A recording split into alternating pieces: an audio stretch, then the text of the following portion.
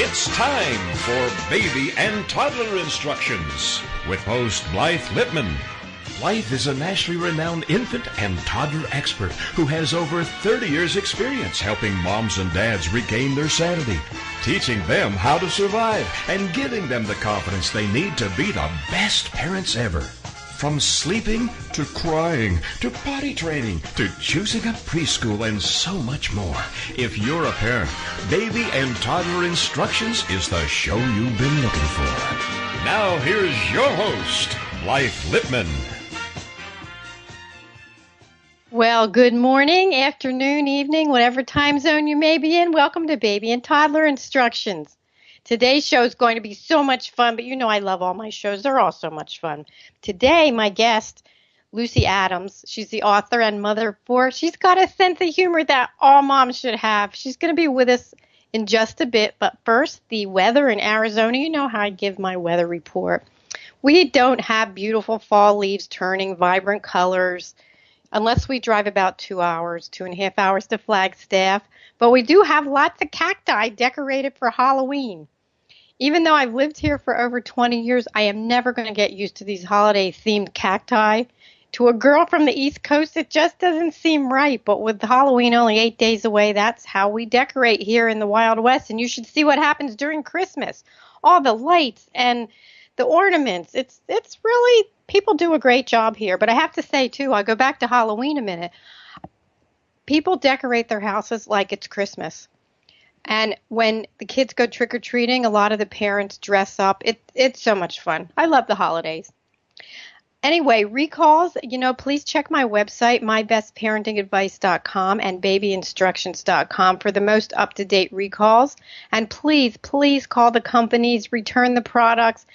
Just don't use them if they are on the recall list. They're recalled for a reason. Accidents can happen in the blink of an eye, and don't look at something and think, oh, it's so little, I can just put a little glue or another nail or screw.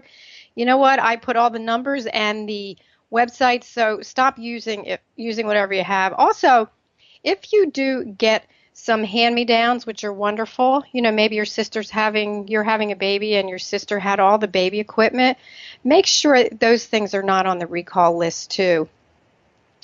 So much for the recalls. Very important information. Today, I want to share a few tips from an article that I wrote titled, Trick-or-Treating with Your Babies or Toddlers. You decide.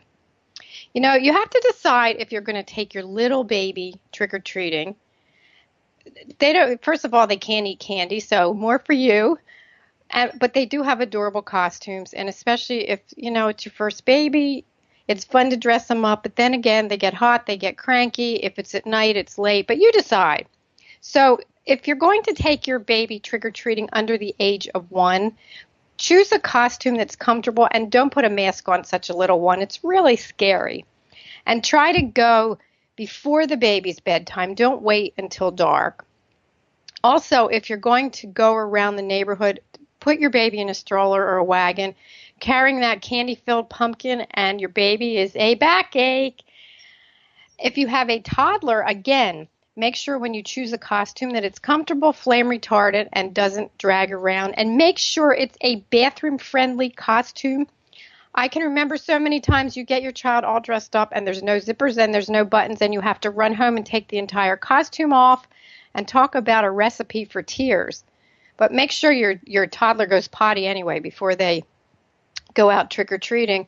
Also, don't go to a house if it's dark. Stick with people you know. Stick with well-lit houses of neighbors. Also, let your toddler know that there's no running when you're trick-or-treating.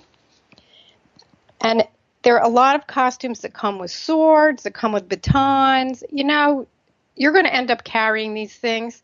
So less is best. The costumes are adorable. And one more thing, if you're going to sneak that candy, be careful because your toddler can smell that chocolate breath a mile away. So those are just a few tips from my article, Trick-or-Treating with Your Baby or Toddler. You decide.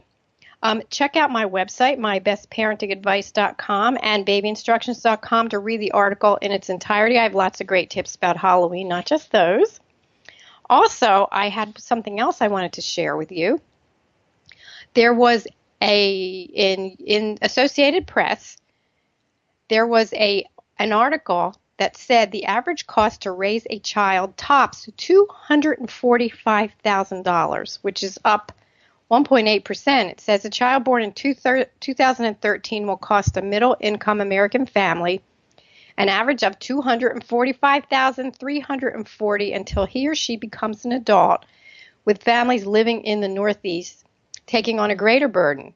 The cost, food, housing, child care, education, it rose 1.8%. Also, the Northeast will spend more than families in the urban South and rural parts of the U.S., or roughly $282,480. That's, it was 245. I know you can't remember these numbers, but it's amazing to me because in 1960, the first year the report was issued, a middle-income family could spend about $25,230, equivalent to $198,560 in 2013. I hope this makes sense. All I can say is, you know what?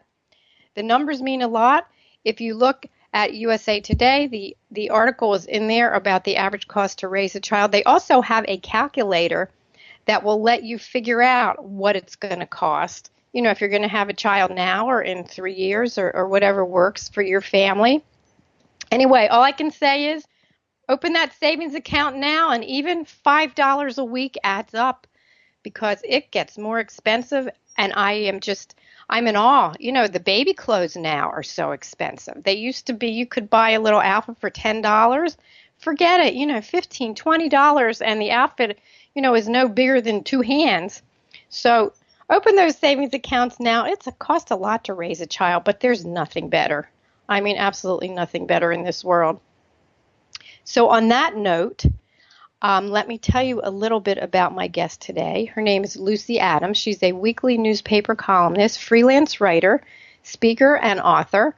Her book titles include, I love her book titles, If Mama Don't Laugh, It Ain't Funny, and Tuck Your Skirt in Your Panties and Run. They're both humorous accounts of everyday life written for adults.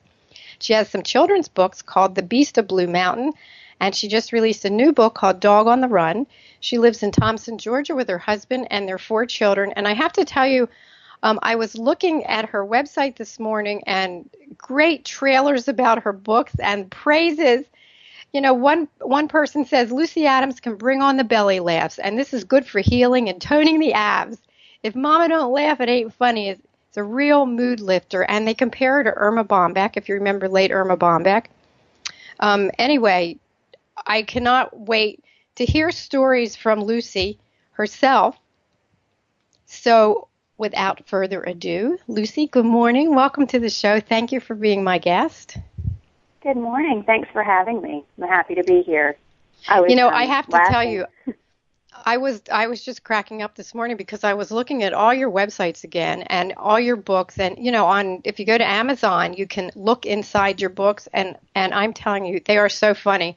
And I especially love your trailers about your books. You are just so creative and ingenious, and to me there's nothing better than a good belly laugh, and I'm sure that's what you give everybody that buys your books and reads your articles. So how did you get started with this? Were you like class clown? No, actually, I really was not class clown. I was a very shy child growing up, and even in my teen years, I had a good group of close friends, but I wasn't the crazy one or the one who was always the center of attention. I was always just a good, steady friend. But as I got older and life became more serious, I decided I didn't want to have to be serious all the time. So I just started looking at, what's the humorous side of things? And I will say this, I come from a family with women with a strong sense of humor. My grandmother would just say ridiculous things and then realize that she had said something ridiculous and get so tickled at herself. And she had that beautiful ability to laugh at her own mistakes. And I admire that so much. And I bring that, and my mother has the same capacity, and I bring that to my writing because I think that, we hear so much about, we're inundated with news of horrible things going on in the world, and to be able to laugh at some of the difficulties helps cope with it. But I was laughing at your introduction, or not introduction, but your statistics on what we pay for our children, and I have 4. And I was happy to know that living in rural Georgia, I get a price break. It doesn't look like a giant one, but you know what? Whatever helps. I'll take it. And every little dime counts. Oh, it does. And it's amazing to me. I mean, when I saw this article, $245,000. And I'm sure there's a lot of extras that aren't even in here. This is just for the basic creature comforts, the food, the clothes, everything else. I mean, it doesn't talk about the car, the insurance, everything else. I mean, gosh, how do you do it? I mean, you have to start saving. Maybe you should start saving when you have your serious boyfriend, when you first get engaged. Maybe you need to open a savings account. Scare him to death. You'll never get married. You find out you're saving for your future children. And you learn to say no to your kids a lot. And my teenagers drive a car that I bought used before I ever had my first child, who is now 19. It's a classic car at this point. So wow. Can I ask what it is? Yep. It is an Isuzu Trooper, and the Isuzu company doesn't even make cars anymore. So it's rare. It's a rare antique. Well, so look, you'll get your money back already. You didn't have to buy a car. You know what? You don't have to, when your kids are out and on their own, and you know what? There it is. Then you sell it for thousands, millions, and there it is. You get your return. That's right. That's my investment. That's what I'm counting on. You know what? I think that's great. It's great because you don't have to give the brand new $30,000, $40,000 car. It always scares me when I see a new driver and they have this beautiful new BMW or something, and I think, my gosh, they need at least a used car to teach them some responsibility, and they don't really know how to drive. So it's pretty scary. I think you really should save up your cars for your kids. I think that's terrific. Well, we're going to have a break in about 10 seconds, so we will be right back with Lucy Adams.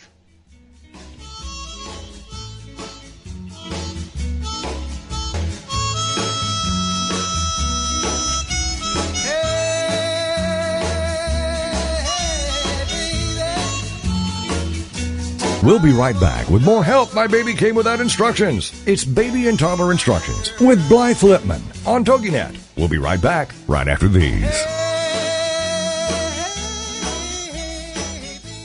Get ready for Wise Up Radio, leveraging your learning, leadership, and legacy with Donna Kimbrand, the Edgy Evolutionary, Tuesdays at 1 p.m. Eastern, here on the Rockstar Radio Network.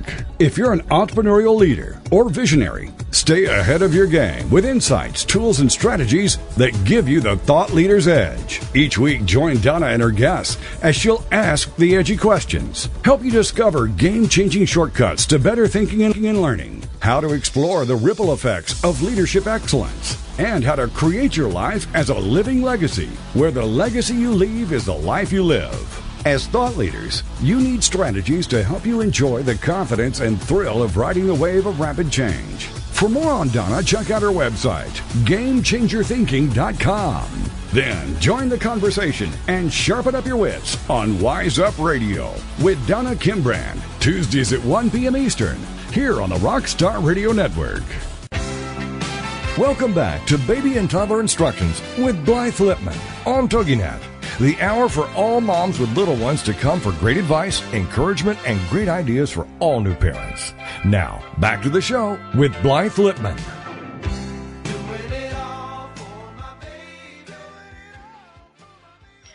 Well, welcome back to Baby and Toddler Instructions. I am here with my wonderful guest, Lucy Adams, newspaper columnist, freelance writer, speaker, author, and she has the best sense of humor of anybody I know. She's got these terrific books, and before the break, we were talking about how much it costs to raise a child, and maybe that's not funny, but maybe it should be, and we were talking about cars. So anyway, Lucy, it's funny to hear you say you were shy when you were a kid.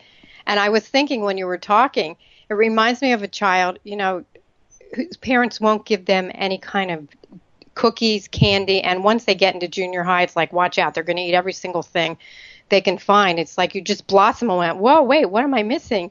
So I think Right. it's great, So when you did, first of all, tuck your skirt in your panties and run, what inspired that title? It is great. I was teaching second grade many years ago. I was an educator at one time before I left it to pursue freelance writing. And at the time, I was teaching second grade.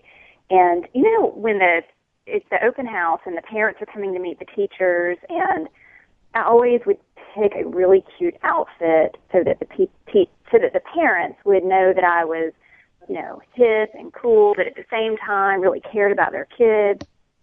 So that morning, I'd had a bunch of coffee so that I could be ready and on point for my parents coming in, and I had to go to the bathroom right before parents were to arrive.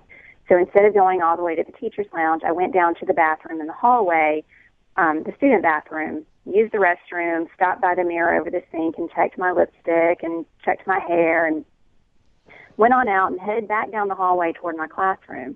Well, as I was walking past all the teachers lined up outside of their classrooms, I hear all these giggles going behind me. And I'm thinking, what's the joke? I've missed the joke. I get to my classroom door, and one of my fellow teachers shoves me into my classroom and starts swatting at the back of me. And she is laughing hysterically. So I turned around and I said, what are you doing? She said, your skirt is in your underwear. Oh, my gosh. So she saved me. But then later that day, this is going to come back around together so that you understand the title of the book. But later that day, after the open house, I had my 4 children with me, and we had run to get lunch, and they were acting horrible in the back seat. So as they were getting out of the car to go in to get lunch, I was fussing at them and threatening to spank them.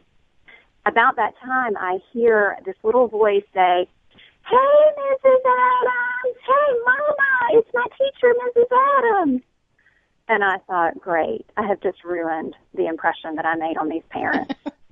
So I was telling my co-teacher the next day about this, and she said, I know what you should have done. And I said, what? She said, tuck your skirt in your panties and run. And so I thought, that has got to be the title of a book. It's perfect. That's such a great title. And once you got in the room, was this before you talked to the parents? Could you compose yourself enough? I did, but it put me in kind of a funny mood for the rest of the day because I realized the near miss that I had because if parents had been coming down the hall at that time, not only would have all of my fellow teachers seen my skirt tucked in my underwear, but all my parents would have too. So it was a near miss, but it gave me the giggles for the rest of the day. I am so happy to hear that because I remember one time I did that. I was actually in Philadelphia and I was walking down the street and I had just gone into someplace and used the restroom. And this man came up to me and said, you better fix yourself, girl. And I thought, what? I thought, there's crazy people here. And I had not only tucked my skirt in my pantyhose, I tucked my coat in there. It was, oh my gosh, how long have I been walking down the street like this? So I think that's such a great title. And your stories that are in the book, can you share one of your favorite stories? There's so many in there. Yeah, well, the stories are all center around mishaps and failures and unfortunate events that happen to people, myself and family members and total strangers that I have been happy enough to share their stories with me. One of the stories, when I was 39, my sister-in-law asked me to be a bridesmaid in her wedding.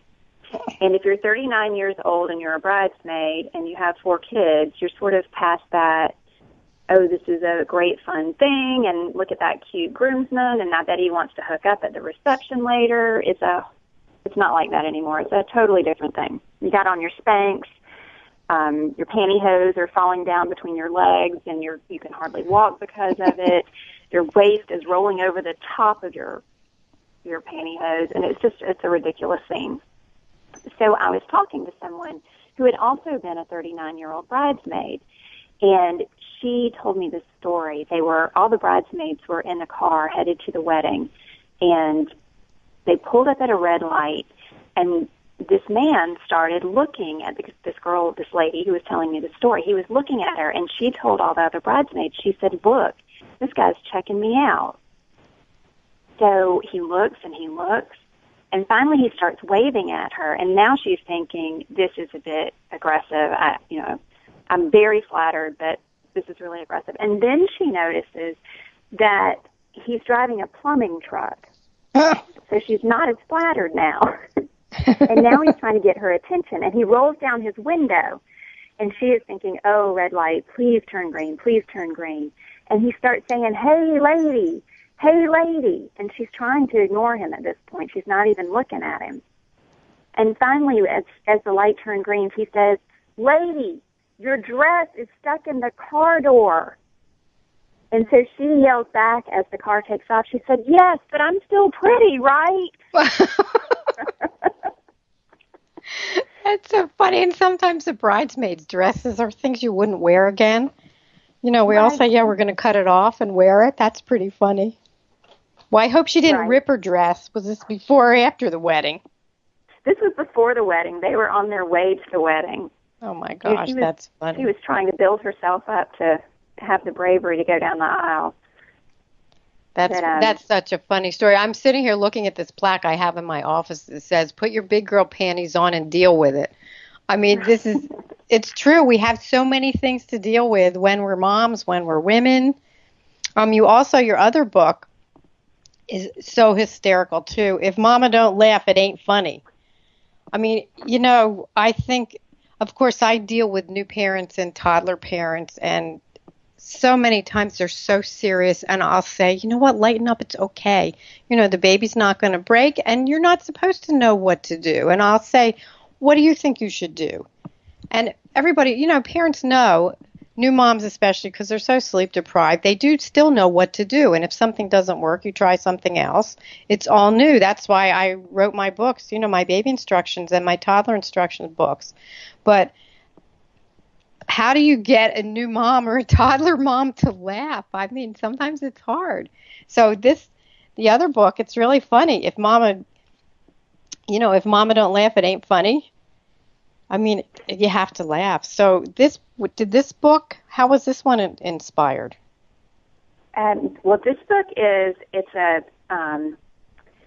a book it really is about family life and funny things that happen along the way of family life. We have pets, we go on vacations, we have family meals together, and if you don't laugh at this stuff that happens, if you take it all too seriously, then it's no fun. And this is supposed to be fun.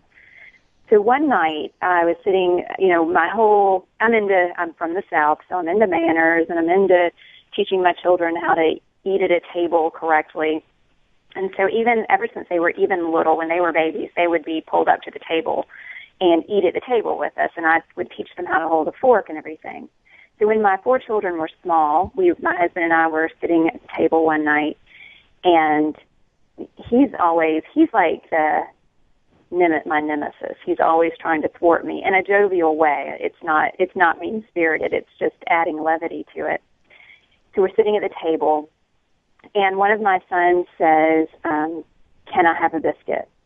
And so I look at him, and I said, now what do you say? And he said, please pass the biscuits.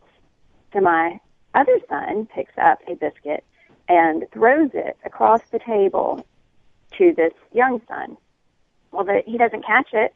It hits him in the chest, and it has butter on it, and it just rolls down the front of him and gets butter spots all down the front of his shirt and on his pants.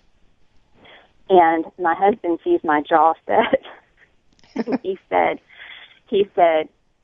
uh-oh, y'all. He said, look at Mama. And they all look at me, and he said, she's not laughing. And they said, but they all were, and he said, if Mama's not laughing, this is not funny. And then, of course, everybody love fell it. out.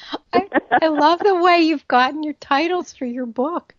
I mean, it's so much fun. So when your children were little, do you have any other funny stories you can share? Because I know parents tell me things all the time about what their kids do, and then they'll say, were they supposed to do that? And I start laughing and go, yeah, sure they were. You know what? Especially the toddlers that want to do everything themselves, but they have no boundaries. They don't know you're not supposed to jump off of things. Right. But anyway, do you have any other quick stories you could share? We have about 2 minutes to our next break. Yeah. One night, this is another dinner story. This is kids try stuff, and they're looking for boundaries, and they're trying out things that they've heard at school. And one night, my oldest son looked at me at the dinner table, and he said, please pass the damn salt. Just like that. And I used to have this speech impediment that I would make them repeat things. So I said, what did you say? And he said, please pass the damn salt. And I said, what did you say? He said, please pass the damn salt. So again, I said, what did you say? And my husband said, Lucy, he said for you to please pass the damn salt. That's so funny. You know, did you correct him after that, or were you laughing? I mean, so many times we have to not laugh when our kids do things like that. I know. I did laugh because I realized how insane I was being, making the child repeat it over and over again when I knew what he said, and he wasn't understanding what I was trying to get him to do, which was to correct himself. He was just trying out a new word he had heard at school. But yeah, later we had a conversation about the appropriateness and inappropriateness of that word, and that we don't normally. Go ahead. I was going to say it's really funny because, you know, kids hear things and they're like sponges. They take everything in and they don't know it's bad. I mean, you know, they'll be with their friends or they'll hear somebody yell something and they come home and it's really tough not to laugh. So I have to say, parents, try not to laugh, especially if you have, you know, little ones, 2, 3 years old. You know, the funniest thing to them is when you say poopy to them, they think that's like the biggest joke they ever heard. So if your child does come home from school with a word like pass the damn salt, you know what, try not to laugh. So on that note, we are breaking for a wonderful commercial. We'll be right back. Baby love, my baby love, I need you, oh, I need you. We'll be right back with more help. For help, my baby came without instructions. It's Baby and Toddler Instructions with Blythe Lipman on TogiNet. We'll be right back right after these. Baby love, my baby love, I need you, oh, I need you. As a member of the baby boomer generation, you want insights and ideas that factor into planning for, making choices about, and activating your new or mothballed dreams. As a boomer, you can learn how to act on your visions by tuning into the Awakening to Awareness show on Tuesdays at 8 p.m. Eastern. If you are inspired to follow your own path, step into new directions, and are excited about what you, as a recent or soon-to-be retiree, can do with your life, this is your show. Listen to the show that focuses on self-belief and possibilities for emerging seniors who look forward to life's third act with dread or amazing promise. Host Eric Tonigson and his guests share entertaining ideas and explore strategies to reignite your passions and shift your intentions into action. In his naturally curious and motivating ways, Eric explores personal values, shares wisdom, and encourages you to unlock and live your potential and purpose. Join Eric and his Awakening to Awareness show on Tuesdays at 8 p.m. Eastern on the TogiNet Talk Radio Network. Are you fascinated by the stories behind the stories, the people behind their masks, the truth about people's failures and redemptions in both their business and personal lives? Then Off the Record Secrets of with host Judy Schreiner is for you. It's people's secrets that make them interesting, but very few folks are willing to reveal them unless they trust that their information will be treated with accuracy, fairness, and respect. People have been entrusting their secrets to longtime business journalist Judy Schreiner for the last 25 years, and now she's bringing her expertise and impressive contact list Tune in and call in as host Judy Schreiner talks to guests off the record as they reveal new secrets each Tuesday at noon Eastern, 11 a.m. Central. Welcome back to Baby and Toddler Instructions with Blythe Lipman on TogiNet, the hour for all moms with little ones to come for great advice, encouragement, and great ideas for all new parents. Now, back to the show with Blythe Lipman.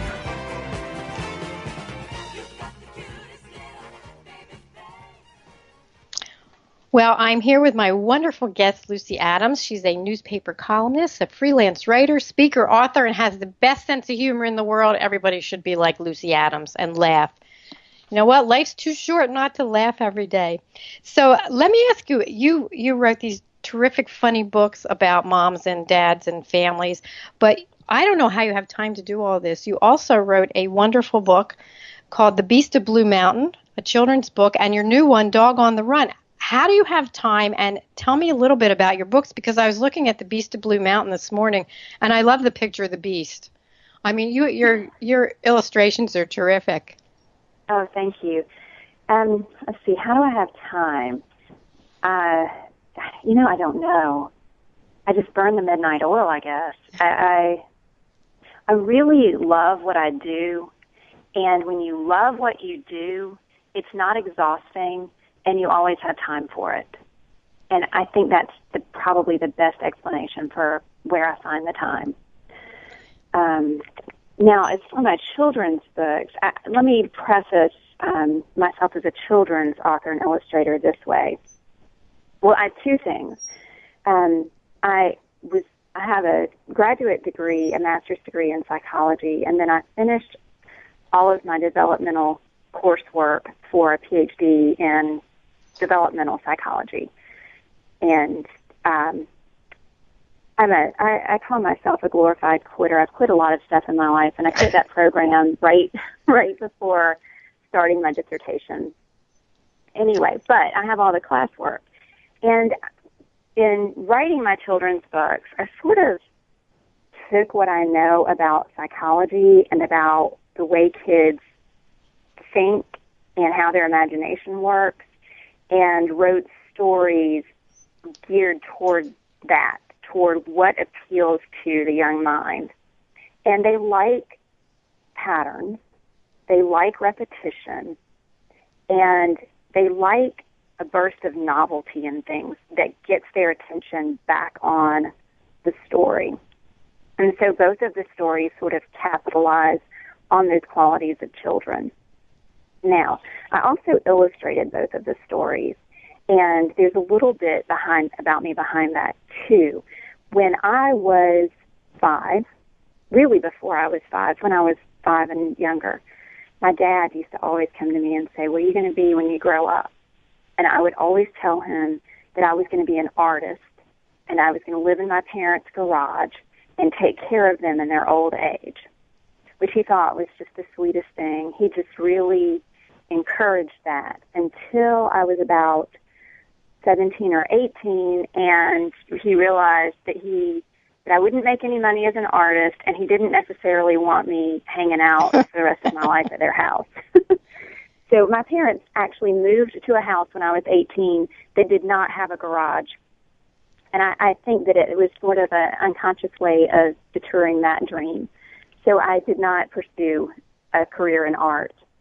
But my children's books have given me an opportunity to I can't think of the word, but indulge myself of that interest. And the pictures are very simplistic pictures that also appeal to children. They're not too complicated. And the illustrations from Dog on the Run, although obviously drawn by an adult hand, are very childlike in perception. And I think I have gotten way off track from the original question. No, you haven't. You know, I love that you're a glorified quitter, and I'm going to use that, and I'm going to give you credit for it, because I have done so many things in my life. I was going to be a teacher. And you know what? I am a teacher, but I'm not a teacher in a school. I teach parents, and I teach preschool teachers and directors, and I am a teacher, but I was going to be in the classroom. And it's funny, if you had told me that I was going to be a writer and I was going to be on TV, and then, my gosh, I was a radio host, there's no way. And I would live in the Wild West because I'm from New Jersey. You know, it's funny what we think when we're young, what we think we're going to do, and you get there because you're still teaching. You know, you're teaching parents with your funny stories, and you're doing your illustrations. Tell me about the Beast. Where did the Beast come from? The Beast of Blue Mountain. He is a character. When my children were smaller, they're all teenagers now, so they don't find me as amusing as they used to. In fact, I've really lost some credibility in their eyes now that they're teenagers. But when they were younger, we had this tradition of, on the weekends, we would have a fire in the fireplace, and we would sit around and tell each other stories. And, of course, their stories were sort of one-liners that had no point. But I made up this story of the Blue Beast, and I would tell it to them over and over again. And every time I would tell it, there would be a new element to it, or the Beast would do something different. And eventually it just sort of became a story that they wanted to hear, and they liked the parts that were always the same, and it appealed to them that there would be some new, unique aspect of the story. And I just, over the years, I started thinking, you know, if my children like it, I'm sure other children would like it. And it was a story. It was meant to be sort of a friendly ghost story, because, you know, we were telling stories around the fire, and we would turn the lights down low and talk in low voices. And so it's meant to be sort of one of those friendly, scary stories where there's all the suspense built up, and then they're let off the hook, and then there's one more grab you at the end, but it's not so serious because they get let off the hook again. And that's where that story came from, and it had just evolved over the years. What fun family time. What are the ages for this book? This book is for preschool through second or third grade. It's preschoolers would enjoy having it read to them and the pictures. Second and third graders can actually read it. It's the vocabulary is appropriate for that age group. They could read it and read it to younger siblings or read it to themselves and enjoy it. And I love the monster. I mean, he's cute. He's a cute monster. He's a cute beast, not the monster, the Beast. The Beast of Blue Mountain. And what about now your newest book, Dog on the Run? Is that for the same age? And it's also an audio book, which is something that kids will love. And moms and dads. The Beast of Blue Mountain is an audio book too. And what's really great about having children's books in audio and print is the parents can get the audio book, and then when they're tired of reading it over and over again to their child, put on the audio book and let the child turn the pages to the book, to me reading it. So that's fantastic. Now, Dog on the Run is actually based on a story that my youngest son wrote when he was in first grade. He sat down one night with some notebook paper and a pencil and wrote about, I think there were maybe 4 scenes in the story that he wrote. But it was so sophisticated in its humor. The vocabulary he used was not sophisticated, but the humor was very sophisticated. And I thought, that is super. And over the years, I've thought about it, and I've worked through the story in my mind, and, you know, where could that story go that it could be that same sophisticated humor, but appeal to kids who might not be at that level yet.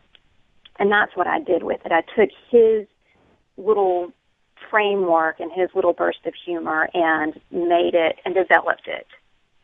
So he gets credit in the book, in the acknowledgments. He gets credit. Oh, he must be thrilled. How old is he?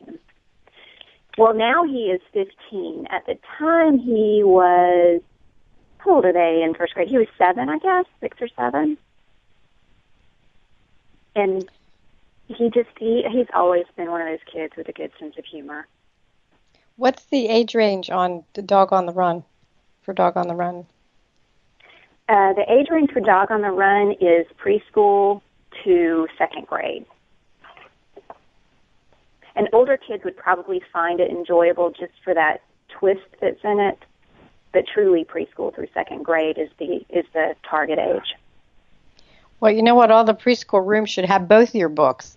And when I visit, I am going to tell them and bring your books and show them because, you know, story time happens every day. Circle time happens every day in all the preschools. And also, I love the fact that these are audiobooks because not only can the children, you know, turn the pages, but when you're on a trip, I mean, I hate to say this, when you're on a road trip and they get kind of cranky, you can listen to the book. With all our technology nowadays, what fun to be able to listen to books while you're in the car. Yeah. Or if you're waiting, you know, for an appointment. You're waiting for an appointment. It's funny because I was someplace the other day and I was waiting for something and I noticed every single person, adult, was looking at their cell phone, and I thought, there's nobody talking in here. It was so quiet. Every person had their cell phone out, which, you know what, I'm not thrilled about. Yes, we can look at our cell phones sometimes, but this was like a room full of 10 people. I was waiting to go in the eye doctor. That's where I was. And everybody was looking at their cell phone. I guess if they could see it, obviously it was the eye doctor. But I thought, you know, it might explain why they were there.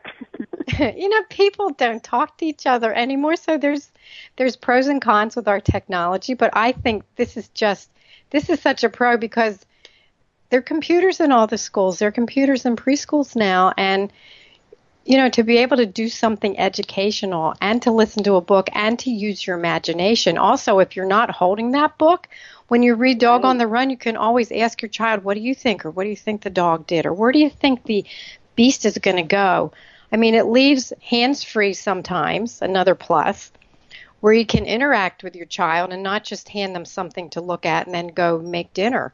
I think, you know, we're all so busy, but it's so important to be able to take that time one-to-one with each one of your children, even if it's an hour separately with each one or around the fireplace. As you say, what great memories your children are going to have with the stories and the fireplace. And you know what? I can tell you, because mine are in their 30s, they will come back to you and talk about your stories for years and years, and with your sense of humor, you'll have a lot of laughs. So we will be right back.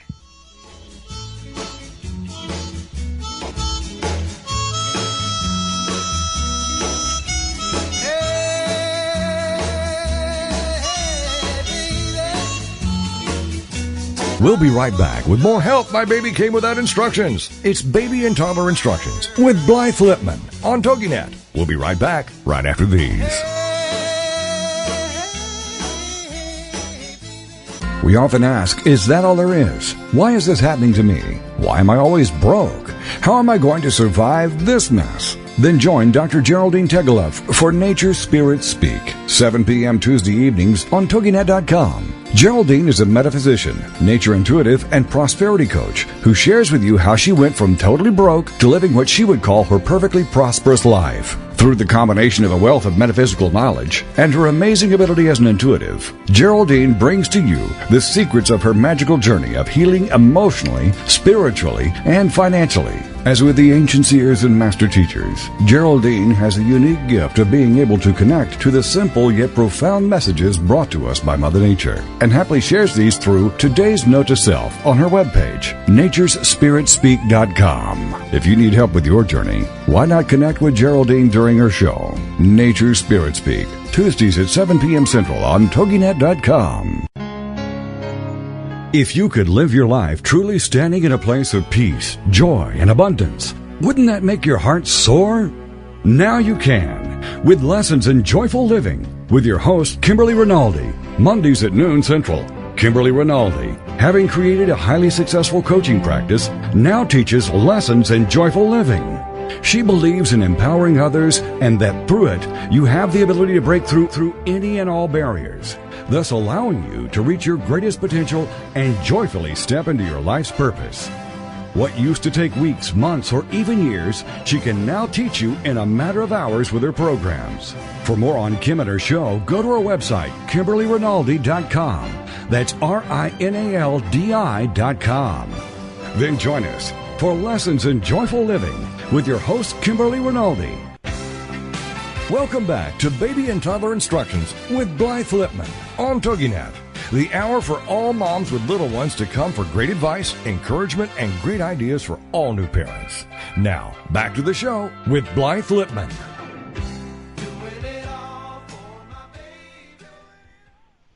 Well, I am here with my guest, Lucy Adams. She's a weekly newspaper columnist, freelance writer, speaker, author, wonderful sense of humor, and during the break, we were talking about Halloween because at the beginning of the show, I was sharing some tips about taking your little babies and your toddlers trick-or-treating. So you have a story to share about Halloween, and I know we all want to hear it.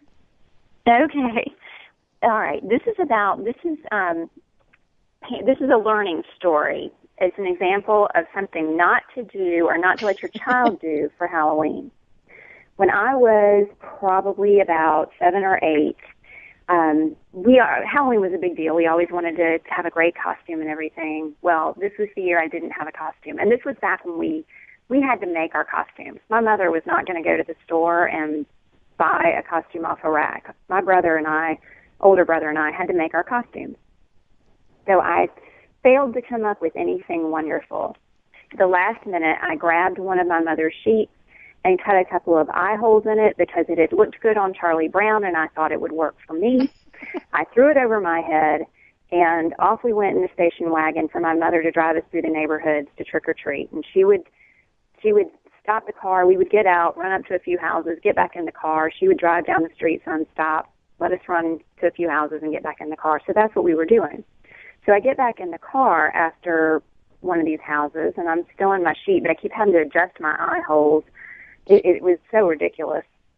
So I'm sitting in the car, I close the door, my mother starts to ease forward, and I'm fooling with my eye holes, and suddenly my head starts to move, and like it's being pulled by a force, an unknown force.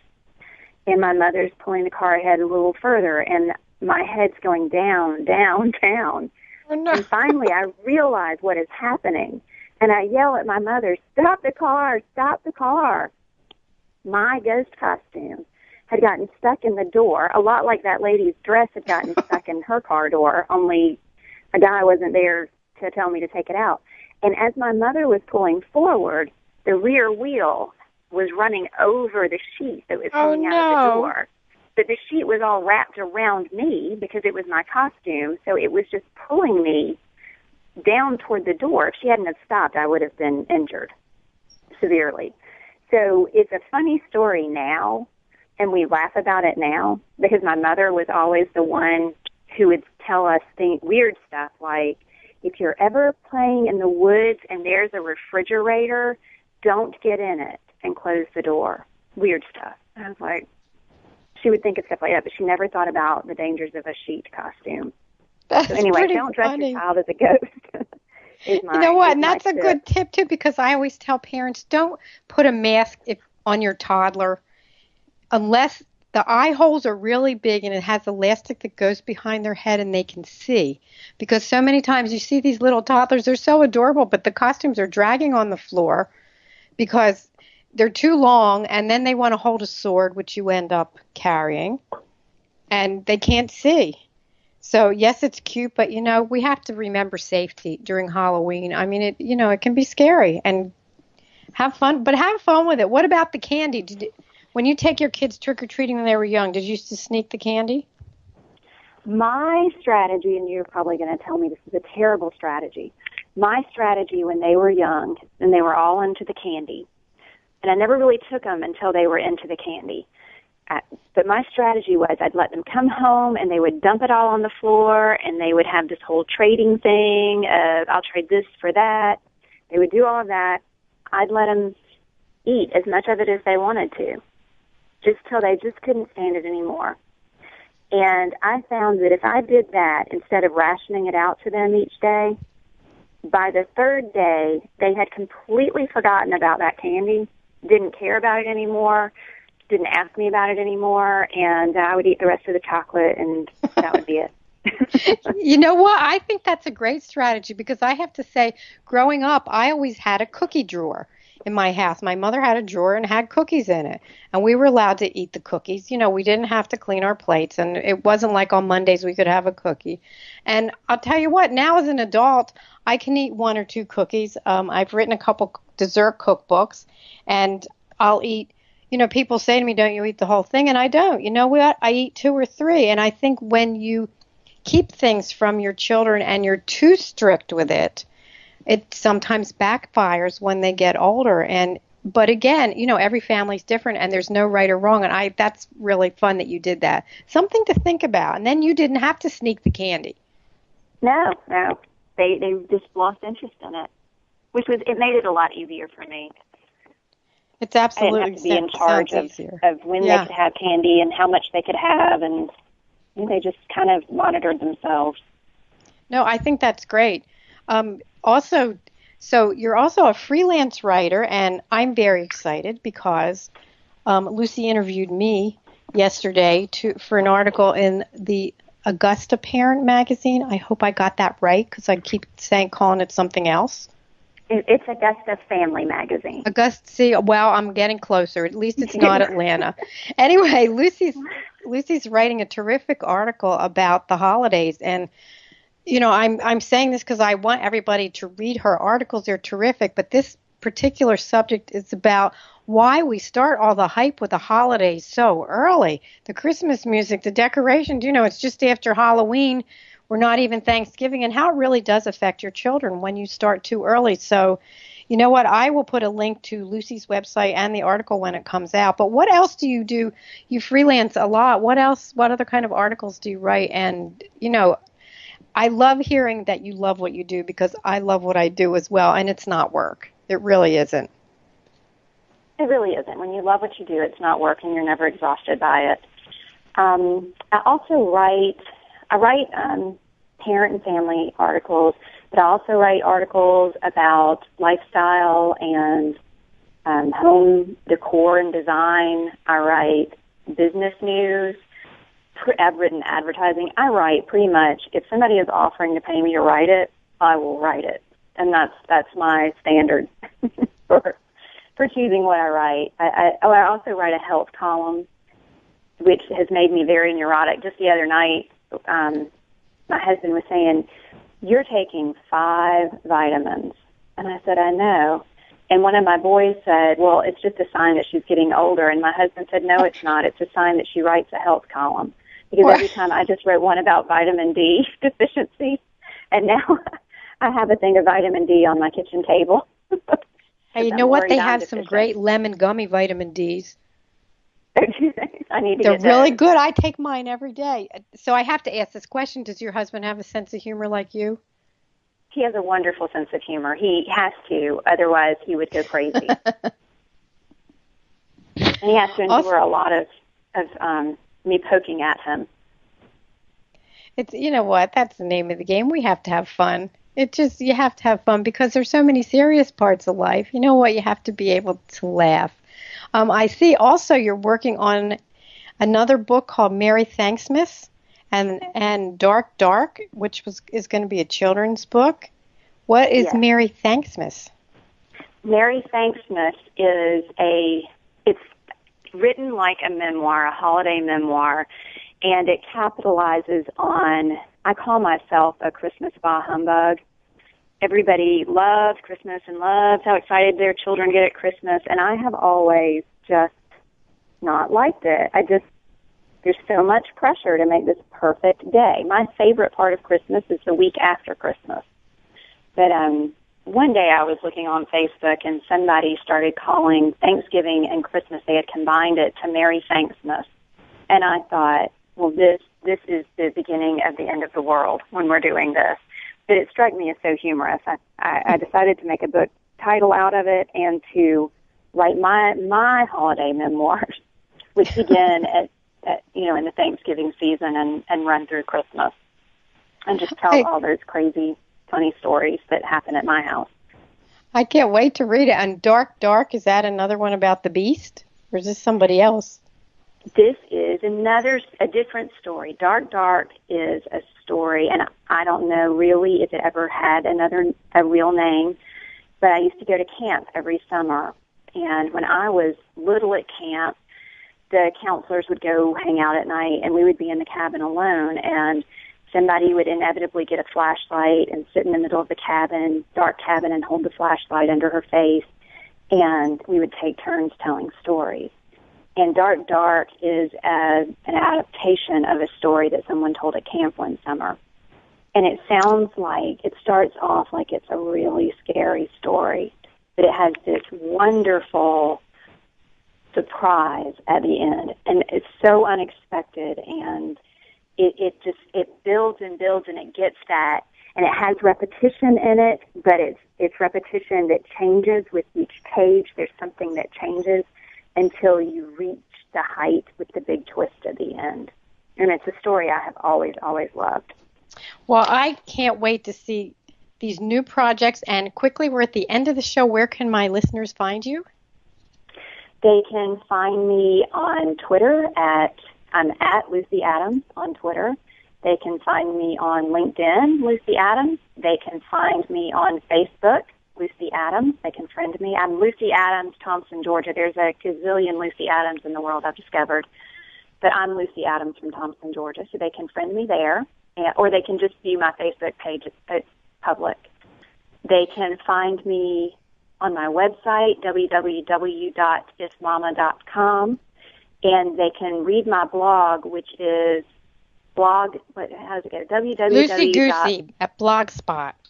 Yeah. Blogspot. Well, you know what? I will put all this on my website. Thank you so much. You're a wonderful guest. I'd love to have you come back on again when your new projects are there. You have a great rest of your day and a happy Halloween, and don't wear a sheet. Thank you so much. Thanks so much. Wow, what a great show. Lucy's wonderful. Every parent should buy all her books. A laugh or two a day is great for the soul. Next week, we will be having a special week. It is Halloween show, and it's my birthday week, and I love my birthday. And, of course, I was born on Mischief Night. Nothing like TPing your neighbors' houses, but I'm not telling you if I still do that. So don't forget to follow me. Follow me on Facebook, like me, Twitter, LinkedIn, my website, mybestparentingadvice.com. I put lots of articles, and the Halloween article will be on there as well. And I'd like to leave you today with these little gems. A mom says to her daughter, "I'll love you forever, I'll like you for always, but if you continue to scream like that, I'm going to act like I don't know you." And finally, don't yell at your kids. Lean in and whisper. It's much scarier. Thanks for tuning in. Have a great rest of your week, and I will see you next time. Bye-bye.